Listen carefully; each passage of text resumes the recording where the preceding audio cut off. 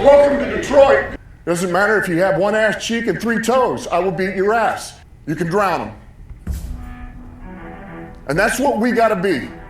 That's who we have to be. Because that's our domain. That is our domain. Because we'll tread water as long as it takes to fucking bury you. Takes the snap, turns, gives to Montgomery, right side, end zone, touchdown, Detroit Lions! Yes. We are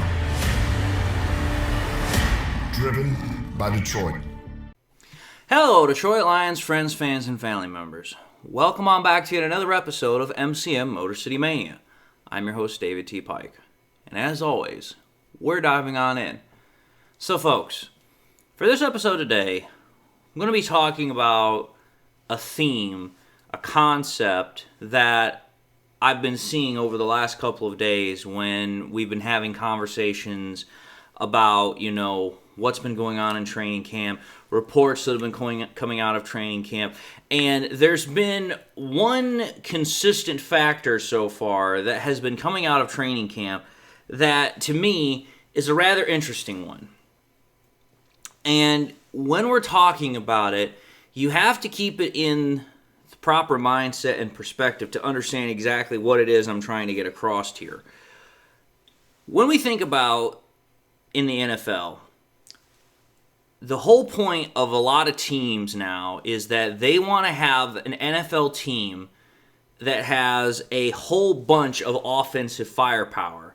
And, that's not only what teams are looking for, but it's also what the NFL league office wants to continually push out. They want NFL teams that have a lot of offensive firepower. They want to have teams where they can dominate through scoring. And that is kind of what the league office, that's kind of what national media analysts like, because it makes for very easy storylines, very exciting storylines. It's just something that seems to capture fans as far as, talking points very, very easily. Now, when you're talking about that, you have to understand that also for NFL fans, they also like it where, hey, you know what, there's a high-scoring game going on. You have all these offensive playmakers that are making scores in bunches, whether it's, the quarterback, whether it's the running backs, whether it's receivers. And that is where a lot of the attention in the NFL focuses on, who to talk about. However, though, every so often, you will have a defense that will dominate, and that will actually capture the NFL, eye, and it will become a big narrative. It'll become a big storyline in the NFL. And we've seen this happen a couple of times over the years. I mean, the Ravens defense is one of them. The Steelers defense is another. It does happen, but it does not happen with the same proclivity as offenses. I just forgot about it. The Seahawks defense, the 12-man defense or whatever. I mean, it has happened. But again, it doesn't capture the imagination as easily as when you start talking about offenses that are like, oh, they're scoring 40 points a game on average, or they're scoring over 30 points almost every single day, or you have a quarterback that's thrown almost 5,000 yards, or 2 receivers over 1,000 receiving yards, or 2 running backs over 1,000 yards, or 1 running back over 2,000. That's just what more people gravitate towards because, one, it's more sexy, one, it's more easier to digest. It's just what a lot of people like to talk about. But when we're talking about the defenses, again, it doesn't get talked about all that much. Well, when we're talking about defenses in the Lions' perspective, the Lions' defense virtually is never talked about in this way in terms of defenses.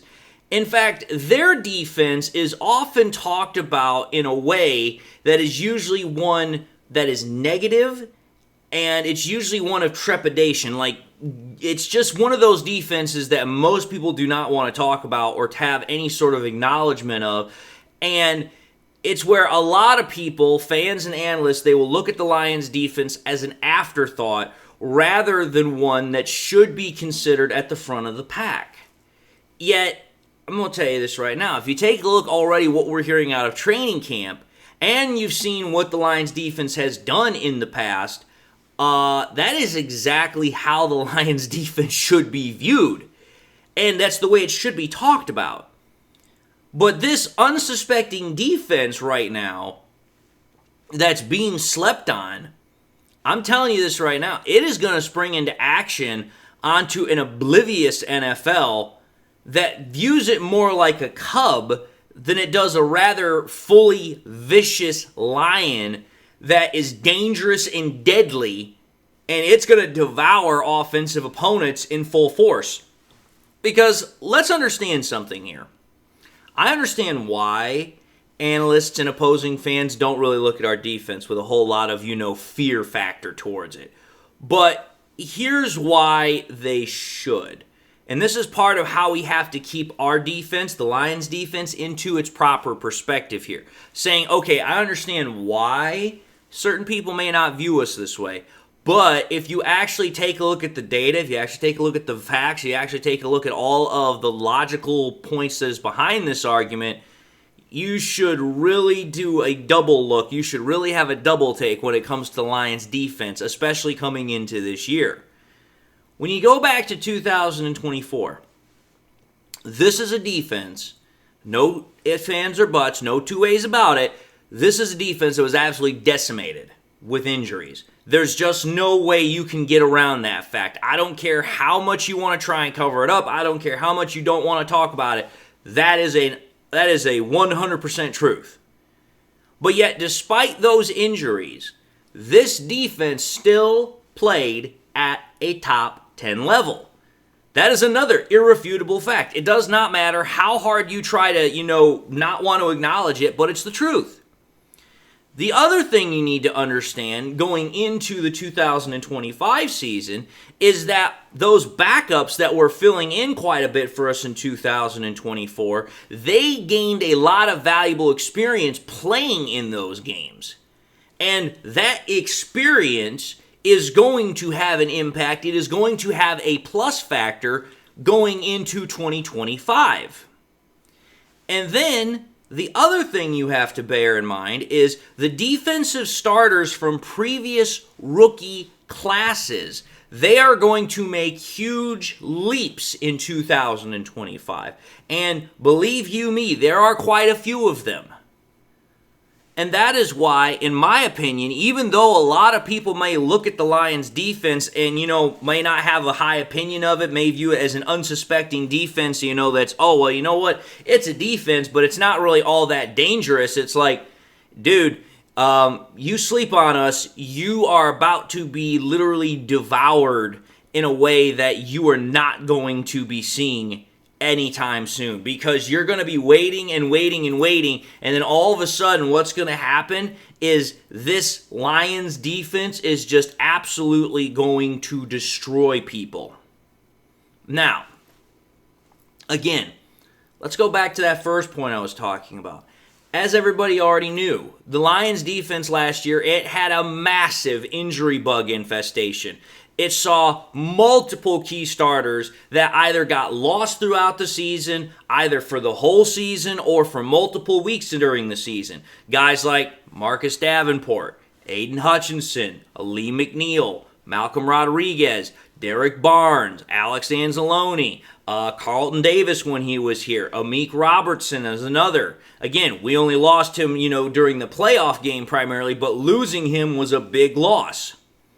Well, the reason I'm bringing that up is because when you think about it, most of these guys, save for Davis, who obviously is not here at all, but most of these guys are back, they're already in camp, and they're already making an impact. Davenport's back, Hutch is back, Barnes is back, Robertson is back. All of these guys are now back in camp, and they're healthy, and they're performing. Now, there are other guys that are not healthy, but they will be back. Guys like Anzalone, guys like McNeil, guys like Rodrigo. These guys are still working out, recovering from their injury, but they are coming eventually, and it's coming sooner rather than later. Now, here's what I want to say really quickly. When you think about all those guys that we were missing last year, either throughout the course of the season, a couple of weeks during the season, or missing them in really crucial spots, that makes a huge damn difference. And it makes a difference because you want to have those types of players out on the defense. You want to have those types of players that can bring their talent, that can bring their physicality to a defense, and at the same time can inspire confidence knowing that your starters are out there. And the reason why I bring this up is because when you take a look at the training camp reports that have already come out, especially from Tim Twentyman, there's already appearing to be a pattern with how this defense is approaching itself in practice. And let's understand something here. We're in practice right now, but the pads have not come on yet. The pads do not officially come on until Friday. So think about this. We're already in practice, and we're running 7-on-7 drills, and we're running a couple of different things as far as, offense versus defense and some, third down work, maybe some red zone work and things like that. But there's no pads.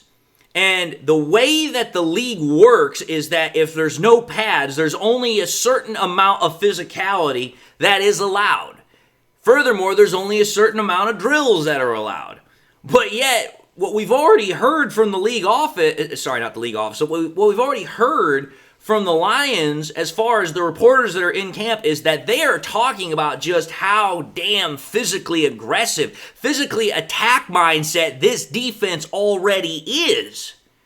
I was looking at the report yesterday from Tim Twentyman. They were talking about how these freaking defensive backs and linebackers, they are getting after these freaking receivers and tight ends in the 7-on-7 drills, and they're actually laying the boom on them in certain cases. So much so that Dan Campbell actually got mad that somebody kept doing it, and eventually, I think it was the third time that it happened, he actually sent that player to the locker room.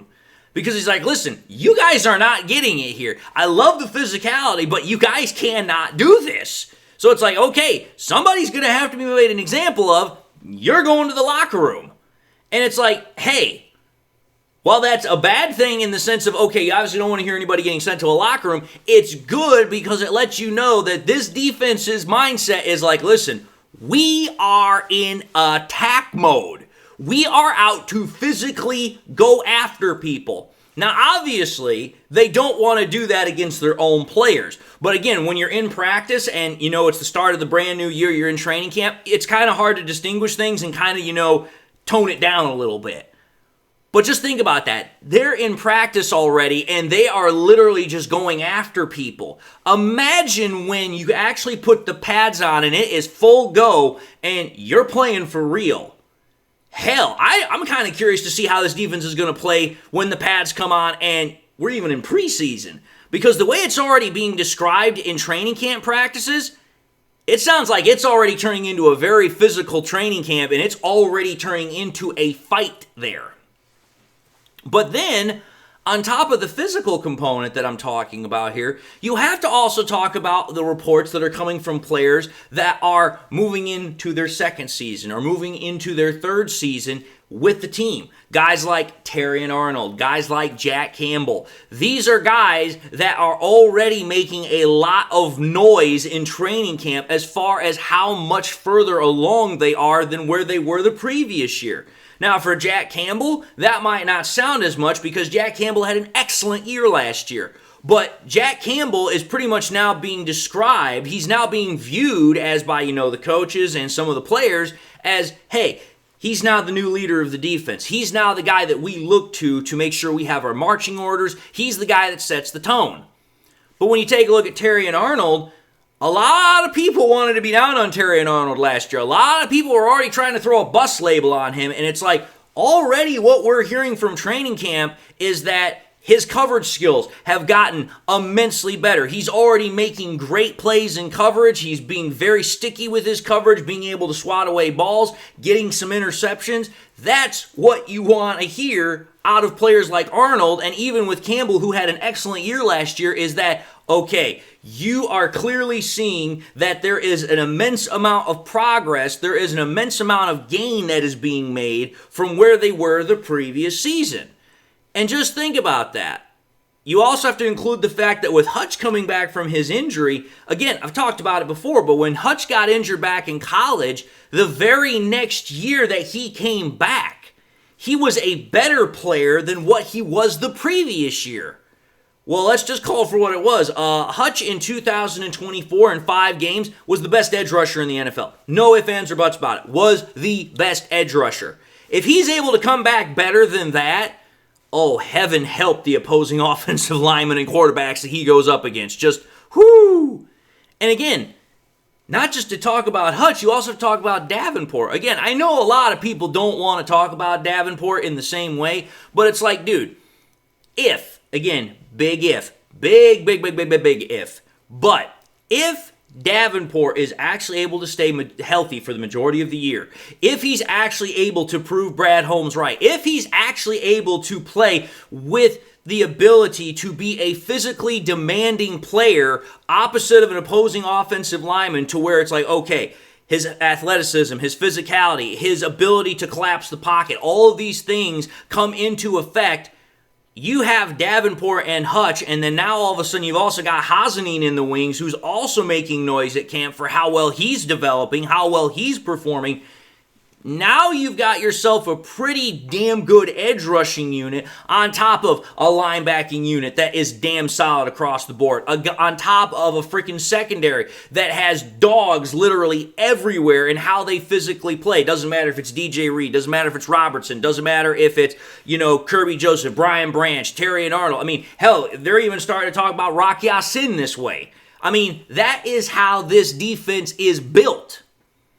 And when you take a look at all of this information and you start putting it all together, I'm telling you this right now, this Lions defense, it is angry. And it's angry because of the fact that they know last year the injury bug shortchanged them. And again, it shortchanged them in a way that, for teams, it just absolutely is demoralizing. And the reason why is because injuries are one of those things where it's like you hope for the best, but you try to prepare for the worst. And let's just call it for what it is. The Lions injury bug last year, it was probably the worst that you could possibly have because all of those losses, they added up and they added up significantly and quickly, and it just zapped the ever-living hell out of the fighting strength of the defense.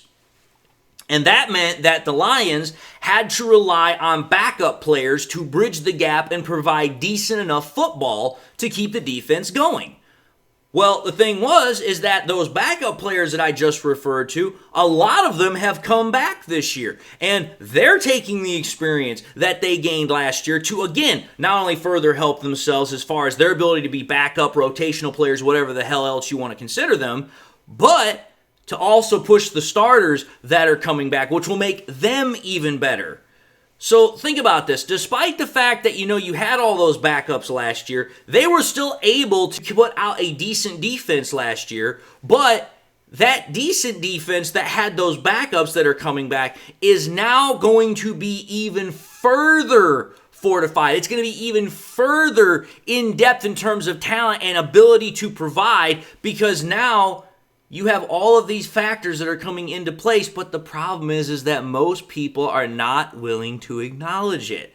They just overlook it. They're like, oh, you know what? We're only really interested in the starting level depth. We're not really interested in all the other pieces that are out there or in the bit of news about these players that are coming back and what they're going to provide. Everybody is still looking at the Lions defense as, oh, well, you know what? This is who they were last year. And until the new year starts, we have nothing really to go off of. Au contraire, my friend, you just have to know where the hell to look. Because let me put it out there for you. Again, when you take a look at this defense that, again, was absolutely decimated with injuries and had to deal with a lot of backup players over the course of the season and losing a lot of starters, let me put some stats up here for you. When you take a look at this defense from last year, here's what you're going to see for a majority of the stats. You're going to see a lot of top 10 rankings. Oh, sure, there's a couple that are not, but the majority are top 10. Points last year, 7th best. Yards, we were ranked 20th. But turnovers that we garnered, tied 10th. First downs that we gave up, we were tied 17th. Could have been better. Completion percentage given up, ranked 2nd. Passing yards, ranked 30th. Now, I'm going to put a little caveat there. Yeah, we gave up a lot of passing yards last year, but also we had the 4th most passing attempts against us as a defense. So, When you're having that many times the quarterback throwing against you, it would be no wonder why you'd have that many passing yards against you. But the funny thing is despite having all those passing yards, second in passing touchdowns given up, number one in passing touchdown percentage given up, tied fifth in interceptions garnered, tied eighth in interception percentage garnered, tied seventh in passes defended, and ranked number one in passer rating. All while we had a ranking in terms of pressure percentage on the quarterback of fourth, a hurry percentage on the quarterback of ranked second, rush yards given up, we were ranked fifth, rushing average could have been better, it was tied 18th, but scoring drive percentage on defense, ranked 10th, turnover percentage on defense per drive, ranked 7th. Think about that there for a minute. Just think about all of that information. You have a defense that, despite the fact had most of its starters in and out of the lineup, some of them out for the majority of the season, this is still a defense that was top 10 in points given up, that was pretty much an absolute just, no-fly zone when it came to quarterbacks trying to score with touchdowns, and was absolutely a pick fest when it came to interceptions. Then on top of that, even though we didn't have all the sacks in the world, quarterbacks were uncomfortable as hell, constantly under duress, constantly under pressure and hurried. And we still had a top 5 rush defense.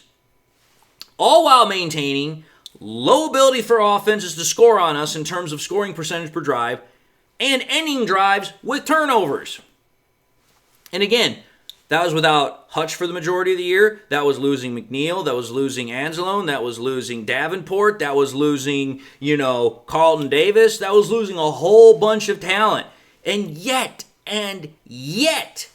we still fielded a top 10 defense where in some areas you could make an argument it was top 5. Again, I know a lot of people are not going to say we had a top 5 passing defense because we had 30th ranked in passing yards given up. But when you have only 18 pass touchdowns to 16 interceptions with the number one passer rating in the NFL with a completion percentage that's just barely over 60% allowed, that's a top 5 pass defensive unit. Because you know what? Here's something that I'm going to say that some people may or may not agree with me on. I have no problem in the world with you giving up all the passing yards in the world. Because you know what? Quarterbacks are going to get theirs on some level. But when you are making it almost a 1-to-1 ratio for passing touchdowns to interceptions, you're not even giving a quarterback a chance to realistically get 65% of his passes completed, and the passer rating is on average barely over 80, that is an elite passing defense. The only thing you're missing is the ability to get sacks. But, as I said, we were already pressuring the ever-living hell out of quarterbacks to begin with. And again, that was without Davenport, and it was without Hutch for the majority of the year. So think about that one for a minute. That's my whole point. Everybody wants to take a look at the fact that, you know what, we had all these injuries, the defense wasn't as good as it could have been last year, blah, blah, blah, blah, blah. Okay, you want to talk about that, but you're not even acknowledging the fact that this defense without all those players was still a hellacious unit. And now all those players are back, and they are angry. They are hungry to come out and exact revenge on folks because they know what they could have been last year, and they want to show everybody what they will be this year. Dangerous and deadly. And again, when you take a look at how things have already been going in training camp over the last few days, I'm telling you this right now. I think Kelvin Shepard and this defense, they are about to have themselves a just grand old time. I'm telling you this. And the best part about it is that in some ways, even though injuries kind of suck, the Lions are going to be getting more reinforcements as the year goes by.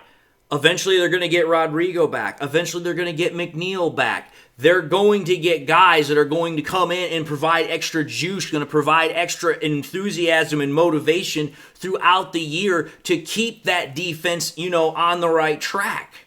That's why I'm telling y'all, this defense is going to absolutely kick ass and take names this upcoming year. It is going to be fun to watch.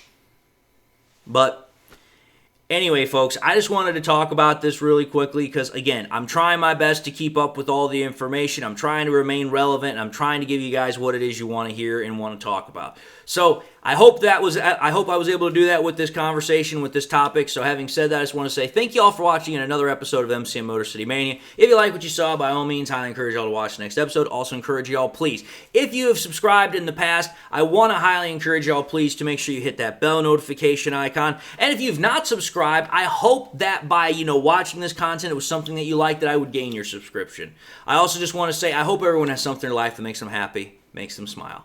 God bless, my friends. And until the next time we meet, I'll see you all in the next episode.